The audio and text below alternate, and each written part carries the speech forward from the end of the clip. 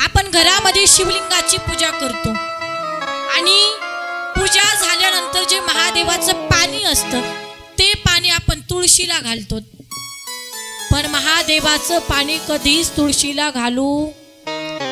घालायचं नाही का? कारण तुळशीचा आणि महादेवाचा 36चा आकडा आहे. शिवलिंग कधीही तुळशीमध्ये ठेवायची नाही. काही मनामध्ये म्हणत असतील, राधा का माझी तर शिवपिंड तुळशीमध्येच आहे बाई, आता काय करू? आता जर तुळशीमध्ये असली ना तर राहू द्या, थोडा आवाज द्या ना. आता जर शिवलिंग तुमचे तुळशीमध्ये असेल ना तर असू द्या. कथा संपली की पहिलं तिथून काढा, घरामध्ये ठेवा किंवा दुसऱ्या एखाद्या झाडाखाली ठेवा. कुणी म्हणेल ताई आतापर्यंत माहिती नव्हतं, आता माहीत झाले, काही दोष काही म्हणजे काही आम्हाला आमच्या घरामध्ये काही वाईट घटना घडणार नाही ना? तर नाही घडणार, घाबरू नका कोणी. का? कारण तुम्हाला माहिती नव्हतं, पण आज माहिती झालंय. माहिती आज झाले, या कारणानं तुमच्या जीवनामध्ये कुठलं संकट येणार नाही. तर ज्या कुणाच्या तुळशी वृंदामध्ये शिवलिंग असेल ते शिवलिंग तुळशीमध्ये ठेवायचं नाही. महादेवाचं पाणी तुळशीला घालायचं नाही. का? कारण त्या दोघांचा 36चा आकडा आहे. मला सांगा, आजपर्यंत तुम्ही शिवमंदिरामध्ये पूजेसाठी रोज येतात, तर शिवलिंगावरती तुळशीचा हार पाहिलाय का तुम्ही? नाही पाहिला. कारण ते त्या गोष्टीचं कारण आहे. महादेवाला तुळस चालत नाही आणि तुळशीला पण महादेव चालत नाही.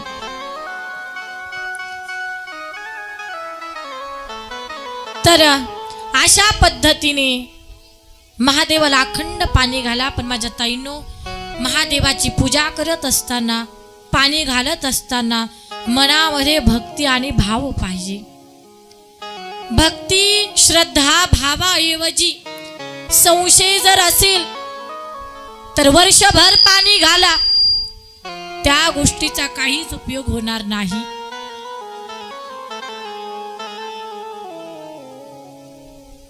म्हणून पूजा करत असताना मनामध्ये भाव पाहिजे. मला सांगा, मनामध्ये जर भाव नसेल तर देव आपल्याला पावणार आहे का? आपल्या जीवनामध्ये थोडंसं संकट येऊ द्या.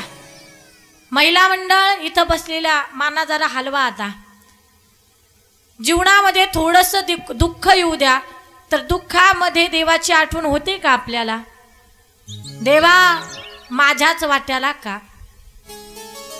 बरं, स्वतःचं दुःख जर शेजाऱ्याला गेलं तर मग तर किती आनंद होतो आपल्याला. गगनामध्ये मावत नाही तो आनंद, एवढा आनंद होतो आपल्याला. तर जीवनामध्ये थोडंसं दुःख आलं तर देव आठवतो आणि सुखामध्ये देवाची आठवण होते का? महिला मंडळ, पुरुष मंडळ, सुखामध्ये देवाची आठवण होत नाही. बरं, गुलाबजामुन खाताना पाप्याचा बाप सुद्धा आठवत नाही आम्हाला.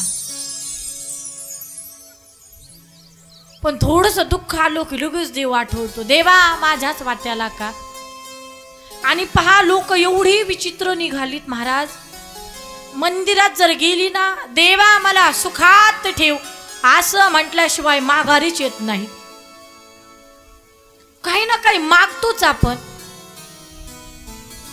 पहा, संतांनी तर मागितलंय पण स्वतःसाठी कधीच काही मागितलेलं नाही. हेची दान देगा देवा तुझा विसरन भावा. संत म्हणतात, देवा तुझा विसर आमच्या जीवनामध्ये कधीच पडला नाही पाहिजे. ही संतांची मागणी आहे. हेची दान देगा देवा आणि तुझा विसरन. तुमची आमची मागणी काय असते? हेची दान देगा देवा, शेजाऱ्याला भला मोठा रोग व्हावा, त्याचा बंगला गाडी प्रॉपर्टी सगळं माझ्याच नावावर व्हावा, आणि हेची दान ही आपली मागणी. मला सांगा, मनामध्ये भाव नाहीये तर देव कसा प्रसन्न होईल? बरं, प्रसन्न व्हायला तो काय बाजारचा भाजीपाला आहे?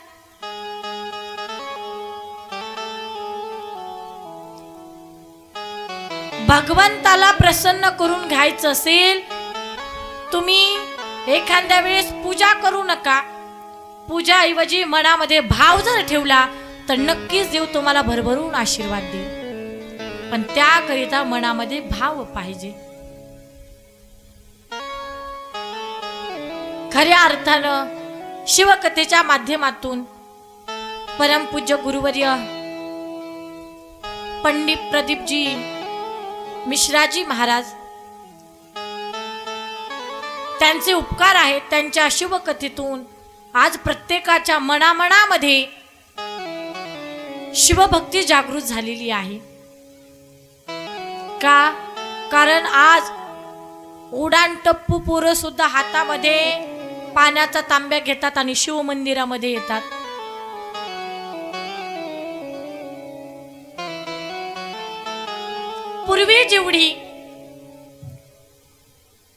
पूर्वी जास्त एवढी शिव मंदिरामध्ये गर्दी नव्हती. आता अशी गर्दी असते तिथं आमची भांडण चालतात, एकमेकांच्या अंगावरती तुटूनच पडतात. तर हा महाराजांच्या शिवकथेचा प्रभाव आहे. आता काही दिवसापूर्वी शिवरात्री होऊन गेली, मागच्या 2 महिन्यामध्ये. तर शिवरात्रीमध्ये प्रदोष काळामध्ये तुम्ही रात्रीच्या प्रहरी महादेवाची जर पूजा केली तर त्या घराला भरभरून आशीर्वाद प्राप्त होत असतात. तुमच्या जीवनातील दुःख अडी अडचणी केव्हा संपतील ही तुम्हाला कळणार नाही. आता पुढे या ठिकाणी आपण रुद्र संहितेमध्ये शिवरात्रीची कथा आलेली आहे. शिव महापुराणमध्ये सांगितलेलं आहे. आता पहा, शिवरात्रीचा जो दिवस आहे तो एक दिवस 8 प्रहराचा असतो. म्हणजे 3 तासाचा एक प्रहर होतो आणि असे 8 प्रहर झाले की एक दिवस पूर्ण होतो. मग 8 त्रिक 24 घंटे म्हणजे एक दिवस झाला. दिवसाचा दुसरा प्रहर 9 ते 12, दिवसाचा तिसरा प्रहर 12 ते 3 आणि दिवसाचा चौथा प्रहर 3 ते 6. हे झाले दिवसाचे प्रहर. रात्रीचे प्रहर, रात्रीचा पहिला प्रहर 6 ते 9, रात्रीचा दुसरा प्रहर 9 ते 12, रात्रीचा तिसरा प्रहर 12 ते 3 आणि रात्रीचा चौथा प्रहर पहाटेचे 3 ते 6. मग या कोणत्याही प्रहरामध्ये भोलेनाथाची पूजा करावी. दिवसभरामध्ये तुम्हाला पूजा करणं शक्य नाही झालं तर रात्रीच्या पहिल्या प्रहरामध्ये पूजा करावी 6 ते 9. 6 ते 9 शक्य नाही झालं तर 9 ते 12, 9 ते 12 शक्य नाही झालं तर 12 ते 3 आणि 12 ते 3 नाही शक्य झालं तर 3 ते 6, सकाळचे 3 ते रात्रीचे 6. कुणी म्हणेल ताई रात्री 6 ते 9 ठीक आहे, पण रात्री 12 ते 3 कोण पूजा करून देईन आम्हाला? पाप्याचा बाप आडवा आला मग काय करायचं? तर त्यांना सुद्धा सोबत घेऊन यायचं. पण पूजा या प्रहरामध्ये करावी. नाही 4 प्रहरामध्ये शक्य झालं तर 1 प्रहर पूजा करावी. ते म्हणजे संध्याकाळची 6 ते 9. कारण महाशिवरात्री हा दिवस भगवान भोलेनाथाचा अत्यंत महत्वाचा दिवस असतो. महाशिवरात्री म्हणजे भगवान शंकरांचा आणि माता पार्वतीचा विवाह सोहळा त्या दिवशी साजरा केला जातो. तर हा दिवस फार मोठा आहे आणि त्या दिवसामध्ये प्रदोष काळ सुद्धा येतो, म्हणजे विशेष दिवस आहे. तर त्या महाशिवरात्रीची कथा आपण पाहणार आहोत. कथा खूप सुंदर आहे, थोडं लक्ष देऊ नाही का. तर सत्ययुगातली गोष्ट आहे. एक शिकारी शिकार करण्याच्या उद्देशाने जंगलामध्ये फिरतोय. 4 दिवसापासून त्याला शिकारी मिळत नाहीये. रखरखत्या उन्हामध्ये अनवाणी पायानं इकडे तिकडे भटकू लागला, पण पाहिलंय शिकारी मिळत नाही. घरी आला की बायको त्याला खूप शिव्या द्यायची, खूप बोलायची, तुम्हाला काही कळतच नाही. 4 दिवस झाले घरामध्ये लेकरं उपवाशी पोटी झोपतात आणि तुम्ही खुशाल काही घेऊन येत नाहीत लेकरा बाळांना. हे बघा, आता तुम्ही जायचं आणि जोपर्यंत शिकार घेऊन घरी येत नाहीत तोपर्यंत घराचं तोंड पाहायचं नाही. शिकाऱ्याला घराच्या बाहेर हाकलून दिलं. कोरभर भाकरी घेतली, एक सळई घेतली, त्यामध्ये पाणी दिलं, कमरेला बांधली बिचारानं आणि शिकार करण्याच्या उद्देशानं जंगलामध्ये फिरायला लागला. रखरखत्या उन्हामध्ये इकडे तिकडे भटकू लागला, पण पाहिले शिकारच मिळत नाही. नेमकं तो दिवस शिवरात्रीचा दिवस होता, पण हे त्याला कळत नव्हतं. दिवसभर उन्हामध्ये भटकू लागला, इकडे तिकडे पाहिलंय पण शिकारच मिळत नाही. पाहता पाहता संध्याकाळ झाली. शिकार शोधायला गेला होता, त्याला जेवणही गेलं नाही आणि पाणी सुद्धा पिलं नाही. म्हणजे त्याची शिवरात्र त्या दिवशी घडली. दिवसभर काहीच खाल्लं नाही हो. पण आता लोक शिवरात्रीला एवढं खातात हो, जेवढं दिवसभर खात नाही तेवढं शिवरात्रीला खातात. 2 डझन केळी, 1 किलो पेढा, काय काय असतं ते उपवासाचे पदार्थ. बर खाय ना का, दिवसभर तुम्ही खा, पण शिवरात्र धरा. दिवसभर काही खाल्लेलं नव्हतं, उपवास घडला त्याचा. तो म्हटला, अरे दिवसभर इकडे तिकडे भटकलो पण शिकार काही मिळाली नाही. म्हणून तो एका सरोवराच्या काठावरती आला. तो म्हटला, संध्याकाळची वेळ झाली, एखादा पक्षी एखादा प्राणी सरोवराच्या काठावरती पाणी पिण्यासाठी येईल, मग मी त्याची शिकार करेल, त्याची हत्या करेल आणि घरी घेऊन जाईल माझ्या लेकरा बाळांसाठी. म्हणून सरोवराच्या काठावरती आला आणि एका झाडावरती जाऊन बसला. पण ज्या झाडावरती बसला ते झाड बेलाचं होतं हेही त्याला माहिती नव्हतं. झाडावरती बसला, इकडे तिकडे पाहत होता. आता प्राणी येईल, मग पशु येईल, काहीतरी येईल. आणि नेमकं इकडे तिकडे पाहता पाहता एक गर्भवती हरिणी त्या सरोवराच्या काठावरती पाणी पिण्यासाठी आली. ती हरिणी पाहिली, याला एवढा आनंद झाला, तो म्हटला, आता या शिकारीला सोडणारच नाही. त्यानं बाण काढला, बाण जोडला, पण काही बेलाची पानं आडवी येत होती, म्हणून बेलाची पानं तोडायला गेला, आडवा झाला, सळईतलं पाणी खाली पडलं. बरं, ज्या ठिकाणी पडलं त्या ठिकाणी जुनं प्राचीन शिवलिंग होतं, ते पाणी शिवलिंगावरती जाऊन पडलं. आणि नेम धरण्यासाठी जी बेलाची पानं तोडली ती जशी खाली पडली ती शिवलिंगावरती जाऊन पडली. रात्रीचा पहिल्या प्रहरामध्ये पूजा घडली. नेम धरला तर ती गर्भवती हरिणी उड्या मारायला लागली. ती म्हणू लागली, व्या दादा, ए शिकारी दादा, नको मारूस मला, मी गर्भवती. 2 दिवसांनी मी माझ्या छोट्याशा पाडसाला जन्म देणार आहे.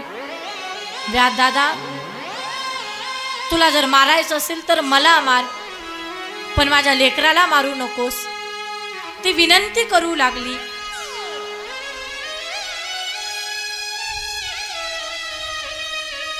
आणि म्हणू लागली, व्याद दादा, मला मारू नकोस, ती सांगते, व्याध दादा मी जाते, माझ्या पाडसाला जन्म देते आणि पुन्हा वापस येते, मग तू मला मार, पण माझ्यावरती विश्वास ठेव.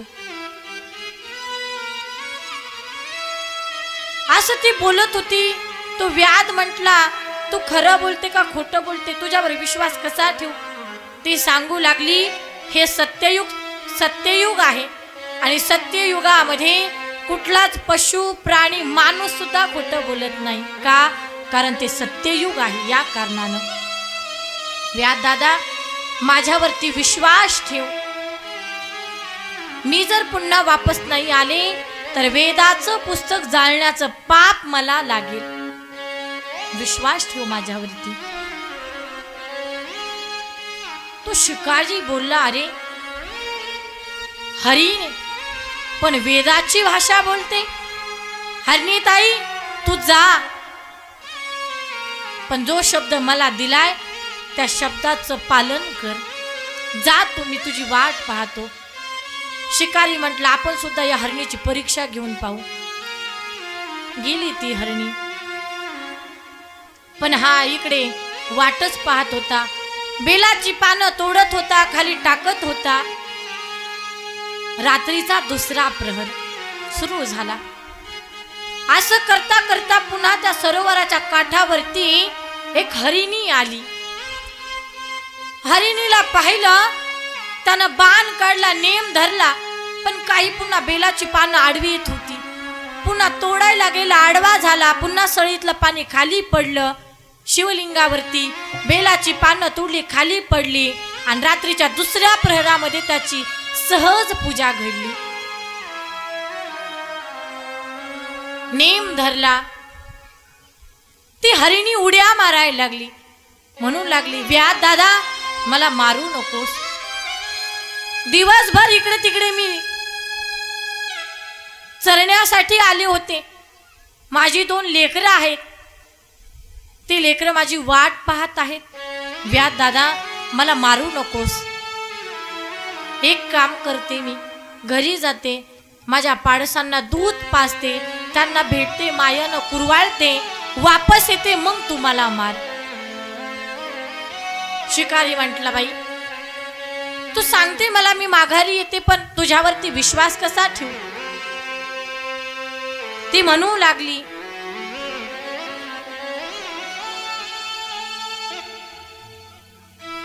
व्याध दादा हे सत्ययुग आहे आणि तू माझ्या शब्दावरती विश्वास ठेव.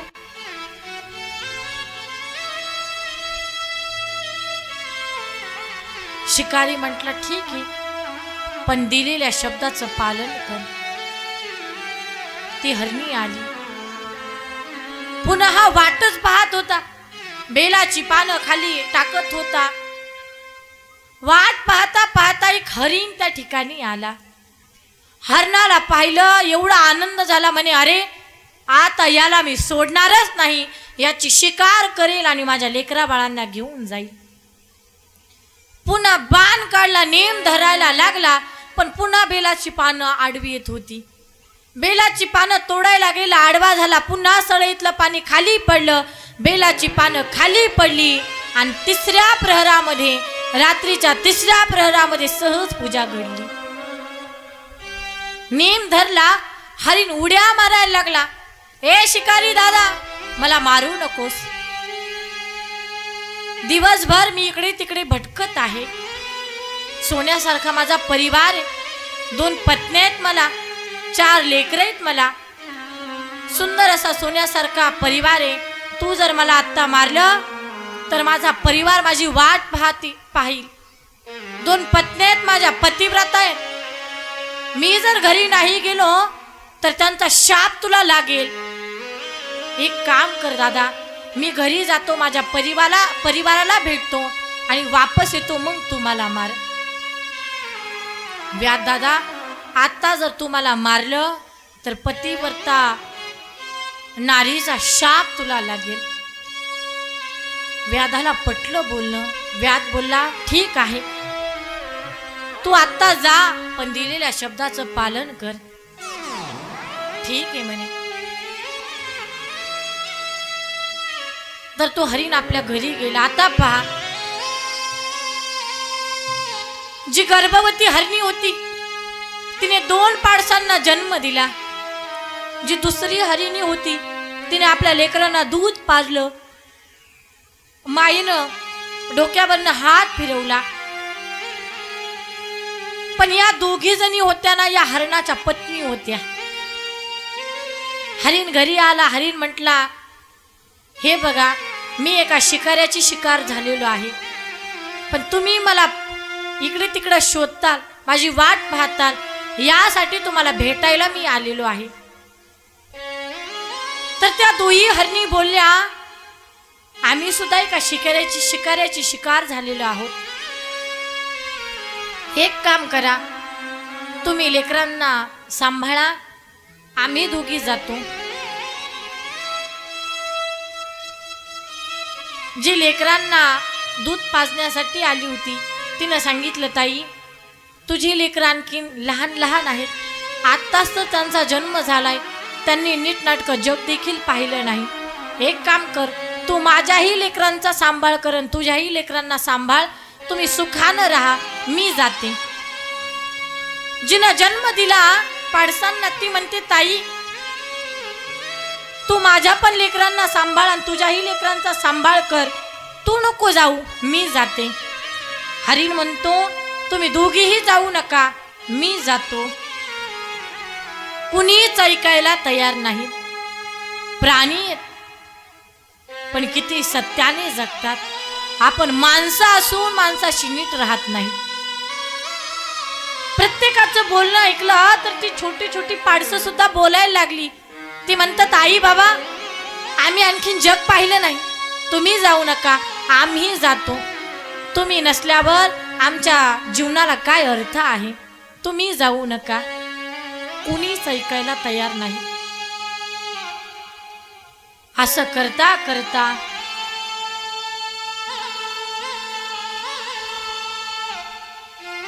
रात्रीच्या 4था प्रहर सुरू झाला आणि त्या दरम्यान ही 4ही पाडसं आणि 3 हरणं जी मोठी होती ना, 7 हरणांचा कळप त्या ठिकाणी आला.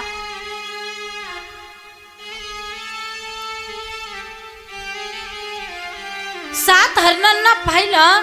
व्याध बोलला, अरे जाताना तर 3 पाठवले होते, येताना 7 जण आले, हे कस काय शक्य झालं? तो व्याध गोंधळून गेला. ती 7 हरणं म्हणत होती, व्याध दादा, आम्हाला मार, आमच्या आई वडिलांना मारू नको. हरिण म्हणायचं, मला मार, माझ्या परिवाराला मारू नकोस. त्या 2 हरणी सांगायच्या, आम्हाला मार, माझ्या लेकरांना पतींना मारू नको. प्रत्येक जण एकमेकांशी बोलतय. हे ऐकलं त्या व्याधानं डोळे भरून आले. अरे, प्राणी आहेत पण किती सत्यानं जगतात. काय भाव आहे प्राण्यांमध्ये, की एक म्हणते मला मार, दुसरं म्हणते माझ्या परिवाराला मारू नकोस. तो व्याध शिकारी दादा रडायला लागला. माझ्या ताईंनो, रडता रडता त्याला वाटतंय आपण खाली जावं, त्यांच्याशी बोलावं, म्हणून खाली उतरायला लागला. पण झाडाची फांदी तुटली, पुन्हा सळईतलं पाणी खाली पडलं, बेलाची पानं खाली पडली. जी कोरभर भाकरी होती ना, ती शिवलिंगावरती पडली आणि जशी फांदी पडली तो खाली पडला. त्याचं मस्तक शिवलिंगाला लागलं. जसं शिवलिंगाला लागलं तसं माझा भगवान भोलेनाथ दम दम दम दम करत त्या ठिकाणी प्रगट झाला. उमापती महादेव की जय. भोलेनाथ प्रगट झाले. पण हा व्याध गोंधळून गेला. भगवान, क्षमा करा, मला माझ्याकडनं चुकून झालं, मला माफ करा देवा. शिवजी सांगतात, व्याधा घाबरू नकोस तू. अरे, तुझ्यासारखा भक्त मी पाहिला नाही. म्हणे कस काय? अरे, कुणी ना कुणी मला मेवा वाटते, मिठाई वाटते, पण तू तुझं शरीर मला अर्पण केलं म्हणून तुझ्यासारखा भक्त मी पाहिला नाही. व्याधा, तुला काय पाहिजे आहे ते मागून घे. तो शिकारी बोलला, भगवान, मला काहीच नको, पण हा, तू मला जर वरदान द्यायचं असेल ना, तर आज जी काही पूजा माझ्याकडनं घडलेली आहे. शिवजी म्हणतात व्याधा, अरे रात्रीच्या 4 प्रहरामध्ये तू माझी पूजा केलीस, तुला काय पाहिजे ते मागून घे. तेव्हा व्याध बोलला, भगवान जी काही पूजा मी तुमची केली, खरं तर मी पूजा करायला आलोच नव्हतो, मी शिकार करायला आलो होतो. पण शिवजी म्हणतात काहीतरी माग. तेव्हा व्याध बोलला, भगवान तुम्हाला जर वरदान द्यायचं असेल ना, आज जी काही पूजा घडली रात्रीच्या प्रहरामध्ये, तो या हरणांचा उपकार आहे माझ्यावरती, म्हणून अगोदर या हरणांना वरदान द्या. तर हरणांना वरदान प्राप्त झालं की आकाशामध्ये तुम्ही 7 चांदण्या म्हणून राहाल आणि सप्त ऋषी म्हणून तुमची जगामध्ये ओळख होईल. म्हणून आजही 7 चांदण्या आकाशामध्ये आपल्याला लहान मोठ्या होताना दिसतात. तर त्या 7 चांदण्या म्हणजे 7 हरणांचं प्रतीक, असा आशीर्वाद त्या हरणांना दिला. पण इकडे व्याधालाही आशीर्वाद दिला की राम अवतारामध्ये तू रामाचा मित्र होशील आणि तुझं चरित्र सुद्धा अजरामर होईल. वर्षानुवर्षे लोक तुझ्या चरित्राची आठवण काढतील आणि जो कोणी शिवलिंगाची पूजा करेल तर ती शिवलिंगाची पूजा तुझ्या नावाने होईल. म्हणून भगवंताला एक नाव आहे, काय? व्याघ्रेश्वर नावानं माझं शिवलिंग ओळखल्या जाईल. व्याघ्रेश्वर भगवान की जय, असा आशीर्वाद दिला. आणि सांगितलं, व्याधा जे बेलाचं पान तू तोडत होता, खाली टाकत होता ना, ते बेलाचं पान सोयीचं नाही पडलं, ते पडत असताना उलट पडलं, म्हणजे पालथ पडलं.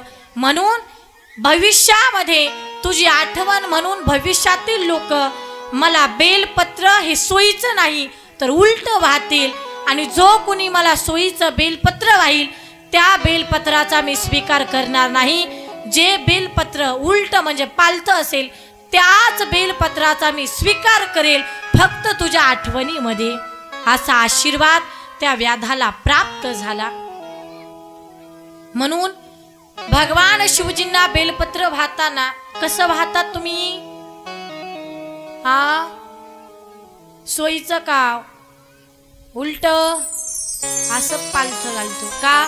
कारण व्याधाच्या आठवणीमध्ये. आता पहा, काही काहींना खूप बेलपत्र वाहण्याची इच्छा असते पण ते शक्य होत नाही. आणि इच्छा कुणाला असते? जास्त करून म्हाताऱ्या माणसांना, बरोबर ना आजी? म्हाताऱ्या आजींना वाटतं की आम्ही महादेवाला खूप बेलपत्र अर्पण करावी, पण काय करावं, बेलाचं झाड समोरच उभं असतं पण चढता येत नाही, गुडघे साथ देत नाहीत. आणि लेकरांना सांगितलं ते सुद्धा आणून देत नाही. सुनबाईला सांगितलं, सुनबाईचं तोंड वाकडं होतं. आणि पोराला सांगितलं तर पोरग कामाच्या निमित्तानं बाहेर एकदा गेलं की रात्री येतच नाही, रात्रीपर्यंत. मग अशी जी म्हातारी माणसं आहेत की ज्यांना बेलपत्र वाहण्याची इच्छा असते पण तेवढी बेलपत्र उपलब्ध होत नाहीत, तर त्यांनी काय करायचं? एक बेलपत्र असेल त्या एका बेलपत्रावर राम नामाचा उच्चार करा.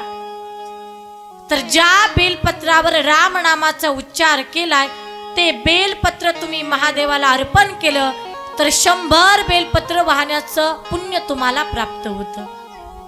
कधी? त्या बेलपत्रावर राम नामाचा उच्चार केल्यावर. आणि एखाद्याला काहींना एक सुद्धा बेलपत्र उपलब्ध झालं नाही, जी म्हातारी माणसं आहेत त्यांनीच ऐका, महिला मंडळ हे तुम्ही करायला जायचं नाही, कारण तुमची आता हाडं काडं सगळं काही व्यवस्थित आहेत.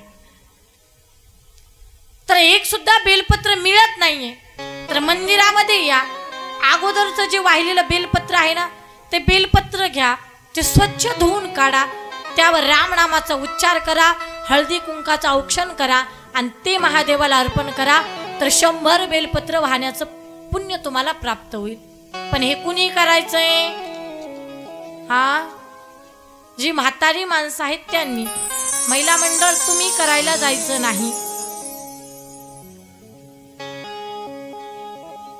कारण तुम्ही जर असं केलं तर कितीही बेलपत्र व्हा त्याचा काहीच उपयोग होणार नाही. म्हणून ज्यांना हातपाय ज्यांचं काम करत नाहीत त्यांनी हा प्रयोग घरी जाऊन करायचा आहे.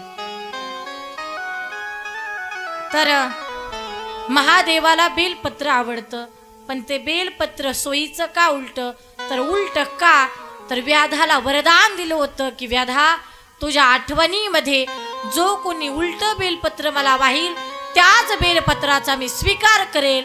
जो सोयीचं अर्पण करेल मला, तर त्याचा मी स्वीकार करणार नाही. म्हणून महादेवाला बेलाचं पान हे पालथं घालतात, उलट घालतात. तर असं बेलपत्र असेल, हळदी कुंकू, भस्म, धोतरा, या सगळ्या गोष्टी माझ्या भगवंताला फार प्रिय आहेत.